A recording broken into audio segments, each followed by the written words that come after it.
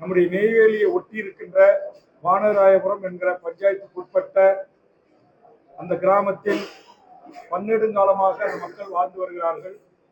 அவர்களுடைய வீடு, விவசாய நிலங்கள் முற்றுமுதலுமாக என்எல்சி கையகப்படுத்த திட்டமிட்டு அந்த பணிகளை தொடங்கியிருக்கிறார்கள். அதிலும் சில மக்கள் கொடுப்பதற்கும் தயாராக இருக்கிறார்கள், நான் மறுக்கவில்லை. ஆனால் ஒட்டுமொத்த அந்த மக்களுடைய கோரிக்கை, திருமணமாகி கணவன் மனைவியாக குடும்பமாக இருக்கின்றவர்களுக்கு அவருடைய மூதாதையர்கள் தந்தை தாத்தாவுடைய சொத்துக்களை பாக பிரிவினை செய்து கொள்வதற்கு தமிழக முதலமைச்சர் உரிய உத்தரவுகளை பிறப்பிக்க வேண்டும். அதற்கு பிறகு அந்த திருமணமாகி தனி குடும்பம் நடத்துகின்ற குடும்பத்தார் ஒருவருக்கு நிரந்தர வேலை வேண்டும். அதுபோன்று இணைப்பிடும் குடும்பத்தார், குடும்ப தலைவராக இருக்கிற குடும்ப அட்டை உள்ள ஒவ்வொருக்கும் வீட்டுக்கு வேலையும், அவரவருடைய வீடும் அவரவர்களுக்கு அளிக்கப்பட்ட நிலங்களுக்கும் உரிய மதிப்பீட்டை அவர்களோடு பேச்சுவார்த்தை நடத்தி அதை வழங்க என்எல்சி நிர்வாகம் முன்வர வேண்டும். அதற்கு உரிய ஏற்பாட்டை மாண்புமிகு தமிழக முதலமைச்சரும் தமிழ்நாடு அரசும் நம்முடைய மாவட்ட ஆட்சித்தலைவரும் மேற்கொள்ள வேண்டும். இந்த கோரிக்கைகளும் இன்னும் சில கோரிக்கைகளை முன்வைத்து வானராயபுரம் மக்கள் கடந்த சில தினங்களுக்கு முன்பாக தங்கள் சொந்த கிராமத்தில் தங்கள் பஞ்சாயத்து அலுவலகம் முன்பாக அமைதியான வழியில் ஒரு கவனஈர்ப்பு ஆர்ப்பாட்டத்தை தொடங்கிய போது அங்கு காவல்துறை குறிக்கப்பட்டு அவருடைய ஷாமினாக்கள் பிரித்து எறியப்பட்டு பெண்களை ஒருமையில் பேசி அவருடைய மைக்கில் பிடுங்கப்பட்டு ஒரு மிகப்பெரிய காவல்துறை ஒரு அடாவடியை அட்டுழித்தி செய்திருக்கிறது. இதை நான் மிக வன்மையாக கண்டிக்கிறேன். சமீப காலமாக சட்ட ஒழுங்கு காவல்துறையுடைய போக்கு என்பது தமிழக அரசுக்கும் மாண்புமிகு முதலமைச்சருக்கும் காவல்துறைக்கும் கண்ணியத்தை ஏற்படுத்தி தருகின்ற நிகழ்வாக அமையவில்லை. அதற்கு அடுத்த உதாரணமாக உங்களுக்கு தெரியும், மலையடி குப்பம், ரத்தனாங்குப்பம் போன்ற மலை கிராமங்களில் 200 ஆண்டுகளமாக அந்த மக்கள் அரசுக்கு சொந்தமான இடங்களை வாழ்ந்து வருகிறார்கள், விவசாயம் செய்து வருகிறார்கள், வீடு கட்டி வாழ்ந்து வருகிறார்கள். திடீரென்று அரசாங்கம் எந்தவித முன்னறிவிப்புமின்றி, அதுவும் இப்போ உங்களுக்கு தெரியும், பங்குனி, சித்திரை, வைகாசி இந்த 3 மாதம் தான் எங்களுடைய முந்திரிகள் ஆண்டுக்கு ஒரு முறை வருமானத்தை ஈட்டி தருகின்ற அந்த முந்திரி விவசாயத்தை நம்பி, வாழை போன்ற மணிலா போன்ற விவசாயத்தை நம்பி வாழ்கின்ற அந்த மக்கள் அந்த இடங்களில் பயிர் செய்திருந்த அந்த பச்சை வயல்களையும் பச்சை முந்திரிகளையும் வாழைகளையும் ராட்சச பொக்லின், ராட்சச ஹிட்டாச்சி மிஷின்களை கொண்டு வந்து வேரோடு புடுங்கி அவர்களை உயிரோடு வீதியில் வீசுவது போல் வீசியிருக்கிறார்கள். இது மிக கடுமையான கண்டனத்துக்குரியது. இது மிக கடுமையாக நான் கண்டிக்கிறேன். இந்த தமிழ்நாடு அரசு அல்லது தமிழ்நாட்டினுடைய மாண்புமிகு முதலமைச்சரின் கட்டுப்பாட்டில் இருக்கிற மாவட்ட ஆட்சித்தலைவர், மாவட்ட காவல் கண்காணிப்பாளர் எதற்காக காவலர்களை கொண்டு வந்து ஆர்டிஓ, தாசில்தார்கள் அங்கு வந்து குவிக்கப்பட்டு திடீரென்று அந்த மக்களுடைய ஆண்டு அனுபவத்தில் இருந்த அவர்கள் எல்லாரும் பட்டா கேட்டு போராடி வராங்க. இந்த நேரத்துல அந்த விவசாயத்தை இன்னைக்கு பல ஏக்கர்ல அடியோடு விவசாயத்தை அழித்ததற்கான அடிப்படை காரணம் என்ன? ஒரு வெளிப்படைத்தன்மையோடு மாவட்ட ஆட்சித்தலைவர், மாவட்ட வருவாய் அலுவலர், மாவட்ட கோட்டாட்சியர்கள் இந்த இடத்தை இந்த தேவைக்காக நாங்கள் கையகப்படுத்துகிறோம் என்கிற எந்த அறிவிப்பும் வெளியிடவில்லை. எனதருமை பத்திரிகை ஊடக நண்பர்கள், இதுவரையில் அந்த இடம் எந்த நோக்கத்திற்காக அரசு இப்படி மக்களை அடித்து விரட்டி கைது செய்து பெண்களை புண்டுகட்டாக தூக்கி இவ்வளவு சித்திரவதைக்கு உள்ளாக்கி அந்த மக்களை கைது செய்து விட்டு அந்த விவசாயத்தை பச்சை பசேல் இருக்கிற விவசாயத்தை அழிக்க வேண்டிய அவசியம் என்ன? அங்க என்ன பொதுமக்கள் சொல்றாங்க, அங்க வந்து தோல் இண்டஸ்ட்ரி, கெமிக்கல் கம்பெனி வரப்போகுதுன்றாங்க, தோல் தொழிற்சாலை வரப்போகுதுன்றாங்க. எந்த மாதிரி தொழிற்சாலை? எந்த பெரும் கார்பரேட் நிறுவனத்துக்கு தாரை வார்ப்பதற்கு 12 காலமாக வாழ்ந்து வருகின்ற கடலூர் மாவட்டத்துடைய பூர்வீகுடி மக்களை வேரோடு பீத்தி எறிவதற்கான காரணம் என்ன என்பதை மாவட்ட ஆட்சித்தலைவர் உடனடியாக ஊடக பத்திரிகை நண்பர்களுக்கு விளக்கம் அளிக்க வேண்டும். காட்டுமிராண்டித்தனமாக காவல்துறை அங்கு நடந்து கொண்டிருக்கிறது. நேற்று தொலைக்காட்சிகளிலே நான் பார்க்கிறேன், பெண்களை குண்டு கட்டாக தூக்கிட்டு போறீங்க, கையை பிடிச்சி பரபரன்னு இழுத்துட்டு போறீங்க. இது என்ன நடக்குதுன்னு பார்க்க வந்த அரசியல் கட்சிக்காரர்கள், அதை தட்டி கேட்க வந்த அரசியல் கட்சிக்காரர்களை கைது பண்றீங்க. இது என்ன நடந்துகிட்டு இருக்கு தமிழ்நாட்டில் அப்படின்னு எனக்கு தெரியல.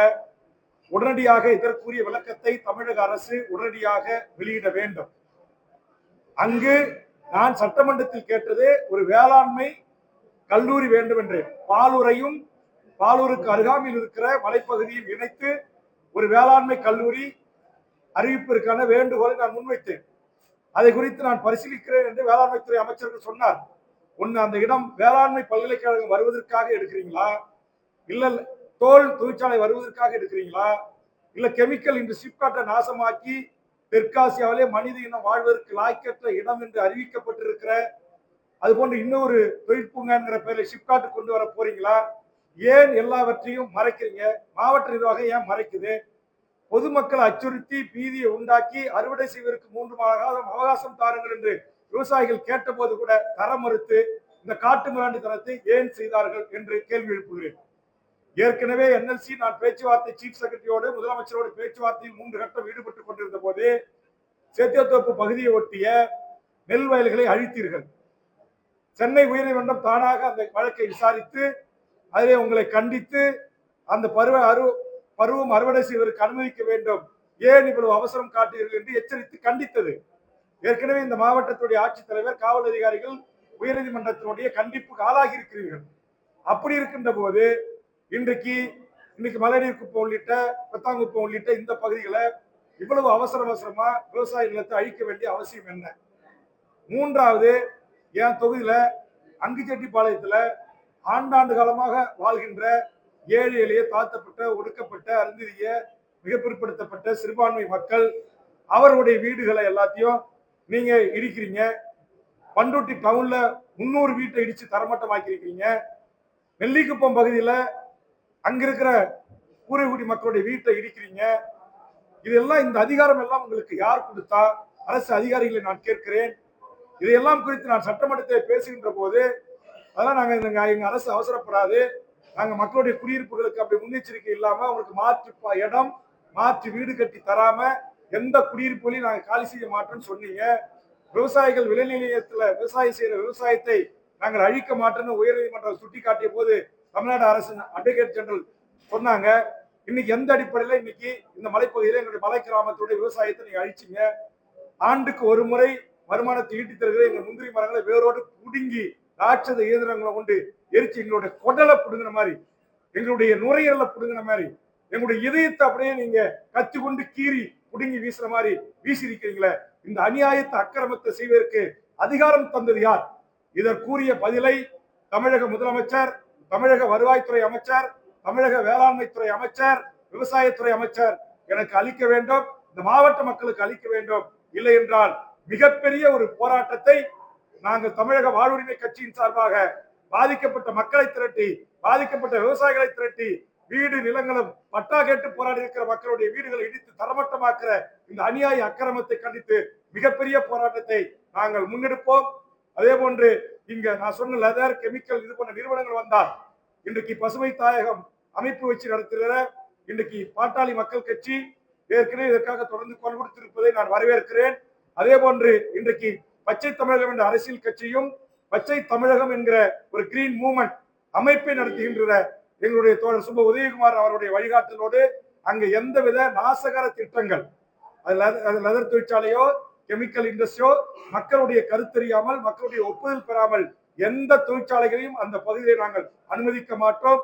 இதையெல்லாம் குறித்து நாங்கள் பாதிக்கப்பட்ட நான் சொன்ன இந்த 3 பகுதி மக்களோடு தோழர் சுப உதயகுமாரன் அவர்களும் நானும் நேரடியாக அவர்களை சந்தித்து அவருடைய கருத்தை அறிந்து அடுத்தடுத்த கட்ட வீரியமான போராட்டங்களை நாங்கள் முன்னெடுப்போம். இந்த ஊடக பத்திரிகையாளர் ஊடாக நான் தமிழக அரசை, தமிழக முதலமைச்சரை கேட்டுக்கொள்வது, உங்களுக்கு தெரியாமல் இங்கு அப்பாவி மக்கள் விவசாய நிலையங்களில் கைவிக்கிறார்கள். சட்டமன்றத்தில் நான் கேட்கிற போது சில செய்திகளை பதில் சொல்கின்ற போது அமைச்சர் பெருமக்கள் முதலமைச்சருக்கு சில விஷயங்கள் தெரியவில்லை.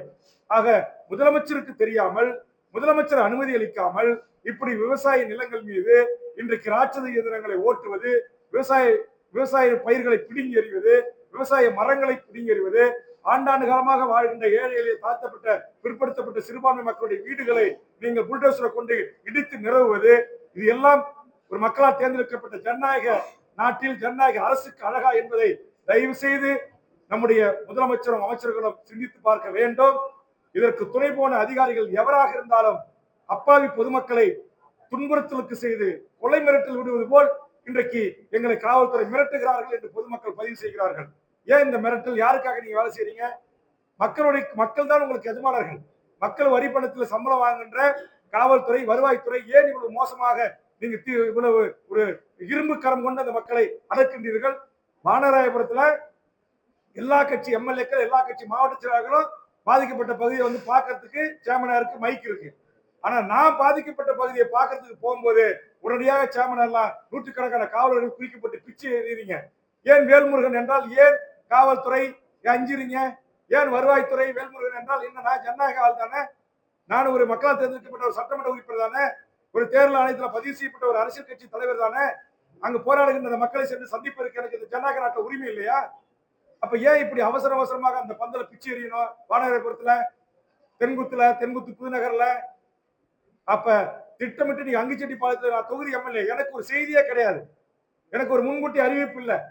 என்கிட்ட சொல்லியிருந்தா நான் என் மக்கள்கிட்ட போய் பாதுகாப்பா இருங்க, வாங்க, இது தடுப்பு இருக்கு, நம்ம எல்லாரும் சேர்ந்து முதலமைச்சரை பார்க்கும், அமைச்சரை பார்க்கும், கலெக்டரை பார்க்கணும், ஒரு முன்னெச்சரிக்கை நடவடிக்கை எடுத்திருப்போம். ஆக இது ஒரு சர்வதிகார போக்கு மாதிரி கடலூர் மாவட்டத்தினுடைய நிர்வாகம் செயல்படுவதை ஒரு காலத்தில் ஏற்றுக்கொள்ள முடியாது. கடந்த காலத்தில் மிகப்பெரிய போராட்டங்களை கடலூர் மாவட்டம் சந்தித்திருக்கிறது. ஆதலால் இந்த அப்பாவி மக்களுடைய அடிவயிற்றில் கை வைக்கிற இந்த அராஜக போக்கை தமிழக வாழ்வுரிமை கட்சி கண்டித்து இதற்கு தமிழ்நாடு தழுவிய மிகப்பெரிய போராட்டங்களை நாங்கள் தொடர்ந்து முன்னெடுப்போம்.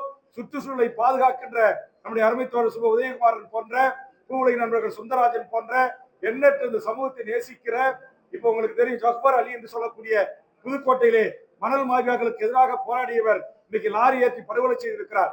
அந்த படுகொலையை சிபிசிஐடி விசாரணைக்கு வேண்டும் என்று அடுத்த 24 மணி நேரத்தில் போராட்ட களத்தில் நின்று போராடி நான் டிஜிபி அவர்களை சந்தித்து, உள்துறை செயலாளர் போன்ற உயர் முதலமைச்சர் அலுவலகத்துடைய செயலாளர்களை சந்தித்து ஒரு வற்புறுத்தலினுடைய அடிப்படையில் தான் இன்னைக்கு சிபிசிஐடி விசாரிக்கப்பட்டிருக்கிறது, உத்தரவிடப்பட்டிருக்கிறது. குற்றவாளிகள் இன்னைக்கு கைது செய்யப்பட்டிருக்கிறார்கள். அதுல இன்னைக்கு தாசில்தார் பணியிட மாற்றம் செய்யப்பட்டிருக்கிறது. அதை ஏற்றுக்கொள்ள முடியாது. அவர் சஸ்பெண்ட் செய்யப்பட்டு யாரெல்லாம் இந்த கனிம வள கொலைக்கு உடந்தையாக இருந்தார்களோ அவர்கள் சட்டத்தில் முன்னிறுத்தி இந்த கொலை வழக்கில் தண்டிக்கப்பட வேண்டும்.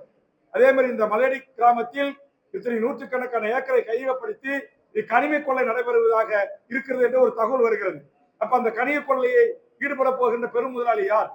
அவனுக்கு ஆதரவாக அத்தனை காவல்துறை, அத்தனை வருவாய்த்துறை நேற்று குவிக்கப்பட்டார்கள். இதற்கெல்லாம் ஒரு வெள்ள அறிக்கை, விவர அறிக்கை வெளியிட வேண்டும். கடலூர் மாவட்ட மக்கள் நாங்க எழுந்துகிட்டே இருக்குமா? என்எல்சிக்காக எங்க நிலத்தை எடுப்பீங்க, சிப்காட்டுக்காக எங்க நிலத்தை எடுப்பீங்க, இங்க தோல் தொழிற்சாலைக்காக எடுப்பீங்க. பெரியப்பட்டுல அற்புதமா நெல்லு உளுந்து கொள்ளு விளையக்கூடிய அற்புதமான நெல்லைய நீங்க வந்து சாயப்பட்டிருக்கு எடுப்பீங்க சாய்மாவுக்காக. இதெல்லாம் கேட்கறதுக்கு இந்த நாட்டுல நாதியே இல்லையா?